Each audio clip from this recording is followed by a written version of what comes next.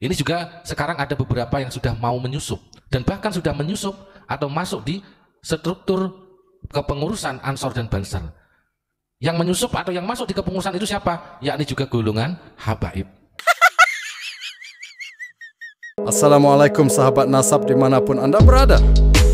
Di video kali ini, admin akan menampilkan pembahasan yang nantinya akan jadi bahan pertimbangan dalam menghadapi doktrin Ba'alawi yang sesat. Saran admin kepada para Buddha agar kiranya melihat dengan pikiran bukan dengan fanatik. Lebih lengkapnya kita simak penjelasan para kiai. Yang jelas, NU di sini adalah hasil karya ulama Nusantara atau kiai-kiai yang asli Nusantara. Meskipun mereka dengan berbagai cara ingin merubah sejarah NU, tetapi kita harus paham bahwasanya NU kalau ingin ditumpangi atau bahkan ingin menghancurkan NU, saya yakin pasti orang tersebut akan hancur sendiri.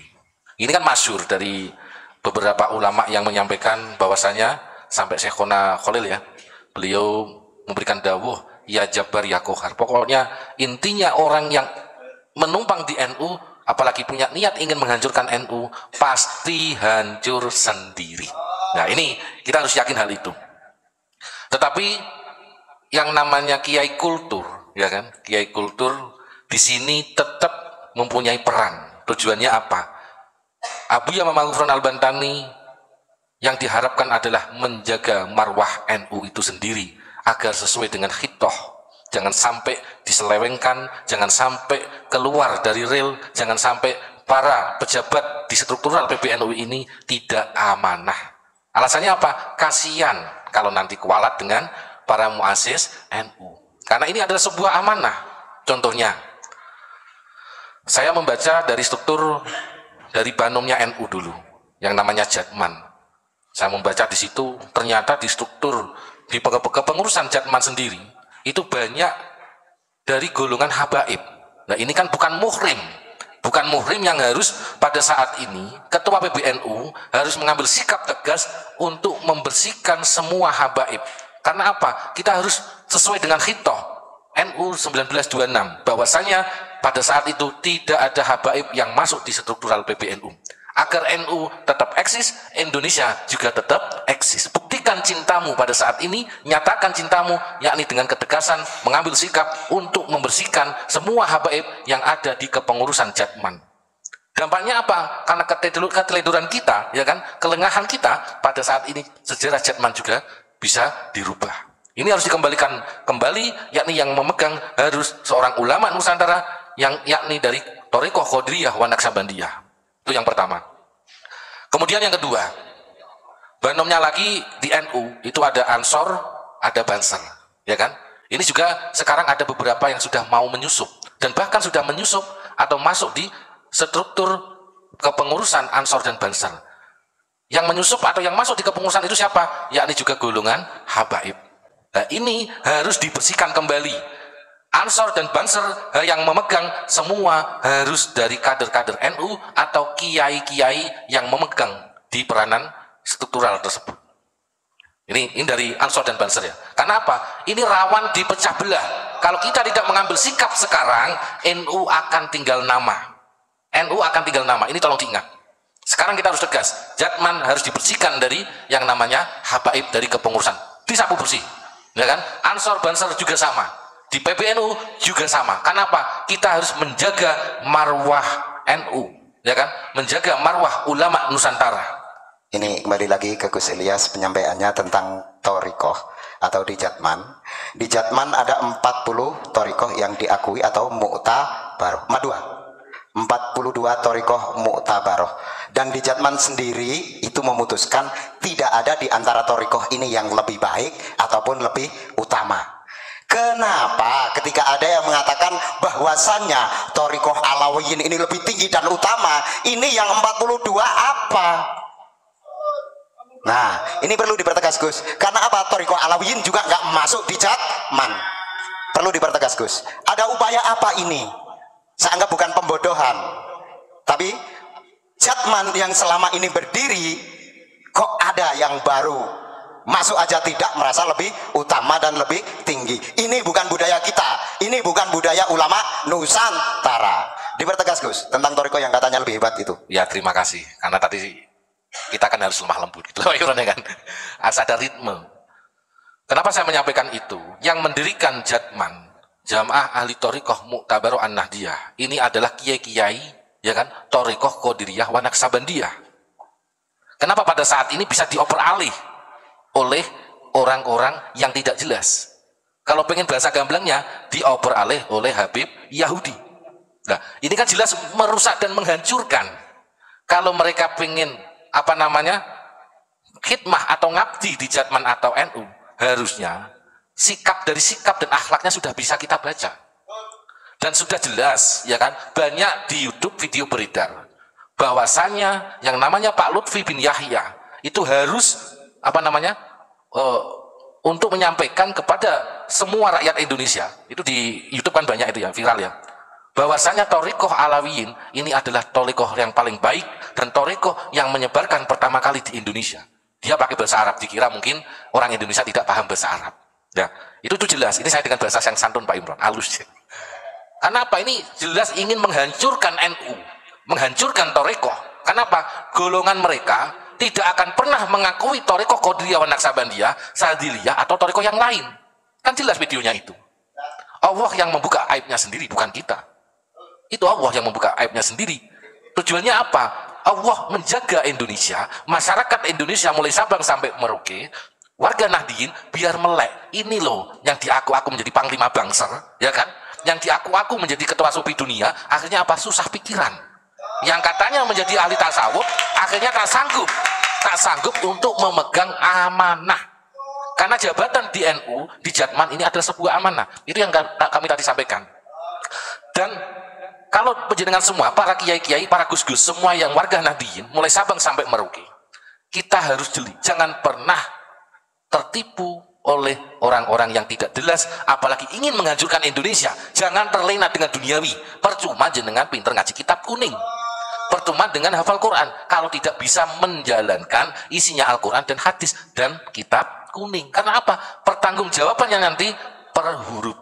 Nah, ini bahaya, sangat berat sekali, ya kan? Ini kita karena saking sayangnya, mari kita kembali bahwasanya kita ulama Nusantara harus kita jaga marwahnya. Kita adalah telah Nusantara, yang leluhurnya adalah telah Nusantara. Mari kita pegang amanah daripada orang tua kita dan leluhur kita, ya kan?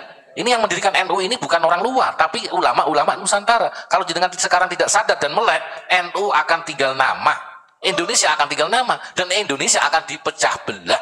Makanya saya lebih kuat lagi ketika kemarin Abu Yamam Al-Bantan ini membuka Al-Quran di surat At-Tur yang artinya bukit, ayat 21. Bismillahirrahmanirrahim, yang artinya dan orang-orang yang beriman beserta anak cucu mereka yang mengikuti mereka dalam keimanan, kami pertemukan mereka dengan anak cucu mereka di dalam surga, dan kami tidak mengurangi sedikit pun pahala atau kebajikan mereka, karena setiap orang terikat dengan apa yang dikerjakan. Tujuannya apa? Ini maksudnya adalah kita harus mengikuti sanad keilmuan dan sanad guru kita, yang mana dari ulama-ulama Nusantara, ya kan? Bukan dari golongan Ba'alawi. Sekarang sudah jelas, ya kan? Mereka terang-terangan merubah sejarah NU. Mereka banyak yang nyusup ke organisasi NU Banser bahkan Ansor. Kalau mereka tidak punya tujuan, tidak mungkin. Karena apa? Mereka sudah punya rumah sendiri, namanya Robito Alawiyah. Sedangkan kelompok mereka tidak mengakui kealiman kiai-kiai, tidak mengakui karomahnya kiai-kiai, ya kan? Tidak mengakui torikohnya para wali-wali yang asli Nusantara, yang dibawa oleh ulama-ulama Nusantara, yang kemarin juga sampai saya jelaskan ada dzurriyyah daripada Syekh Nahrawi, yang mana beliau adalah yang membawa estafet torikoh Sadiliyah ke Nusantara ini. Beliau termasuk sanad gurunya dari Syekh Idris Jamsaren Solo, Mbah Dalhar, ya kan? Mbah Malik Purwokerto. Ini kan jelas. Bahkan kemarin juga Mbah Malik diganti bin Yahya. Sampai tawasulnya juga diganti bin Yahya. Sama gurunya saja berani, ya kan? Apalagi sama orang lain. Kita berpikir dengan cerdas sekarang. Ini kita harus sadar sekarang. Kita harus kembali bahwasanya kita orang Nusantara, sanad ilmu, sanad guru kita dari leluhur Nusantara yang asli. Mereka masuk yang jelas ingin menghancurkan Indonesia, ingin memecah belah Indonesia. Itu yang saya tangkap tausiahnya dari Abu Yamamah Ghufran Al-Bantani kemarin. Yang tadi sore, ini yang saya tangkap lagi karena memang setiap beliau dawuh mengeluarkan kalam itu pasti ada kalam hikmah yang kita tangkap kalau kita jeli, teliti, niat ngaji dan mau mengkaji.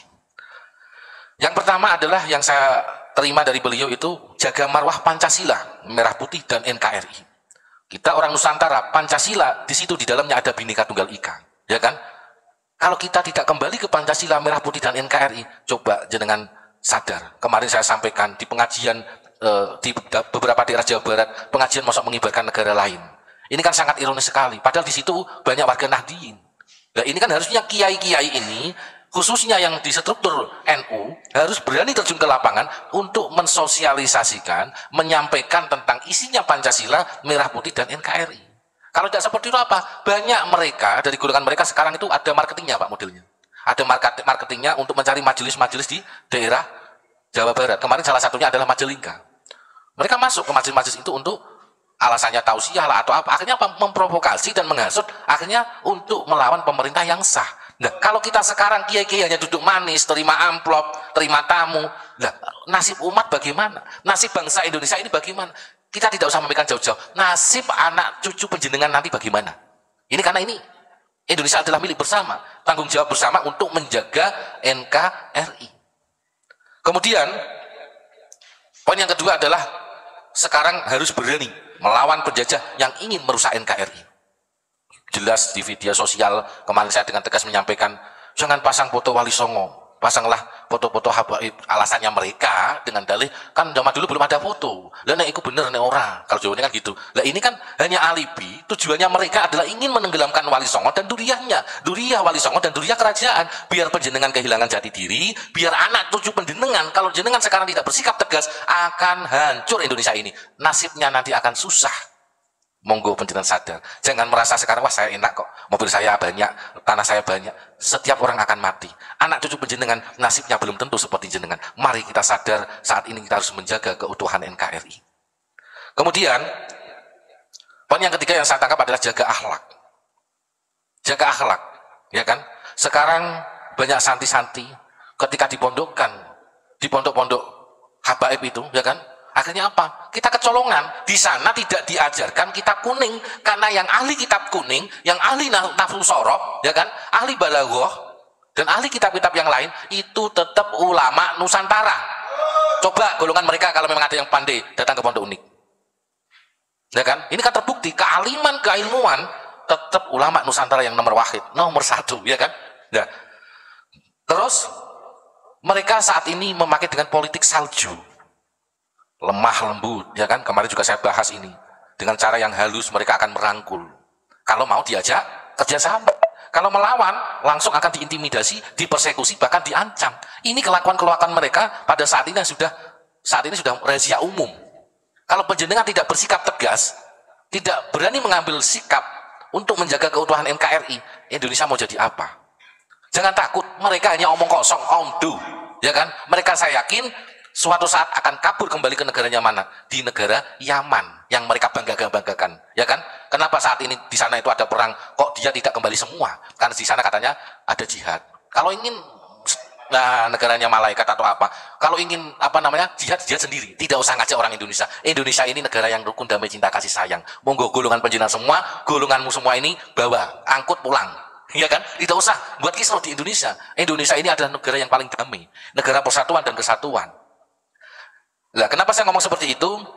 Tadi sore Abu Yamamah Ghufran Al-Bantani radhiyallahu an beliau membuka surat Asy-Syu'ara yang artinya adalah para penyair ayat 227 ayat terakhir. Bismillahirrahmanirrahim yang artinya kecuali orang-orang atau penyair-penyair yang beriman dan berbuat kebajikan dan banyak mengingat Allah dan mendapat kemenangan setelah terzolimi karena menjawab puisi orang-orang kafir dan orang-orang yang zalim telah akan tahu ke tempat mana mereka akan kembali. Ininya apa? Indonesia ya tetap Indonesia, ya kan? Ini bukan murim mereka. Pada saat ini Indonesia ingin dikuasai. Salah, dikira Indonesia ini tidak ada yang paham sejarah. Ternyata masih banyak terah Nusantara yang paham sejarah. Bahkan ada juga itu kemarin saya melihat videonya Habib Jamal Bakil itu, Batu Malang, katanya kalau kita itu sudah tidak paham kakeknya yang ketiga dan keempat, datang ke sini nanti tak urut ke. Saya insya Allah di luar kepala itu, kalau bahkan menunjukkan makamnya saya insya Allah paham. Dan jenengan, ya kan, misalkan di Malang, di Kasin Malang, itu makamnya Habib, kalau kita baca silsilah, paling keempat dan kelima, kalau generasi sekarang. Yang paling sepuh namanya kalau nggak salah Habib Muhammad Maulad Dawilah dan Habib Ali Maulad Dawilah, karena itu ada anaknya. Loh, saya itu paham semua. Ya kan? Kalau malah dikira mereka saja leluhurnya mentok 4 dan 5 kok. Lah kok sekarang banyak yang mengaku-ngaku tahun 1700-an, 1600-an kok diakui Habib semua. Bahkan Islam di Indonesia itu dari Ba'alawi. Kalau tidak percaya kafir, ya berarti ini ajaran Wahabi. Yang suka mengkafir-kafirkan orang adalah Wahabi. Dengan berkedok habaib, bahaya ini, ya kan? Kalau jenengan tidak percaya omongan saya, buka di tafsir Sawi. Tafsir Sawi yang asli ya, karena ada tafsir Sawi yang sudah dirubah oleh Wahabi. Kalau jenengan belum dapat referensinya itu, silaturahmi ke Pondok Unik Nusantara Pancasila Malang, karena disinilah yang berani menyampaikan kebenaran sesuai dengan isinya Al-Quran dan hadis, dan kita tidak ada kepentingan partai politik atau pilpres, tetapi kita tujuannya adalah menjaga keutuhan NKRI, menjaga Pancasila merah putih, menjaga marwah NU, menjaga marwah Thariqah, ya kan? Ini yang kami sampaikan dulu. Besok nanti kita akan kupas lagi, saya akan sampaikan ulama-ulama Nusantara yang kali berdunia. Nah, ini besok akan saya bacakan, pokoknya tolong simak terus di channel YouTube Ponpes Unik Nusantara. Saya bacakan semua, dan insya Allah kalau jalan istiqomah akan saya ceritakan sejarah ulama-ulama Nusantara, karena ulama Nusantara tidak hanya dari Jawa, ada yang dari Aceh, dari Palembang, ya kan? Pokoknya dari mana-mana, intinya dari Sabang sampai Merauke, ini di sini ada. Ya, terima kasih. Mungkin sementara itu dulu. Wabillahi taufiq wal hidayah. Wassalamualaikum warahmatullahi wabarakatuh.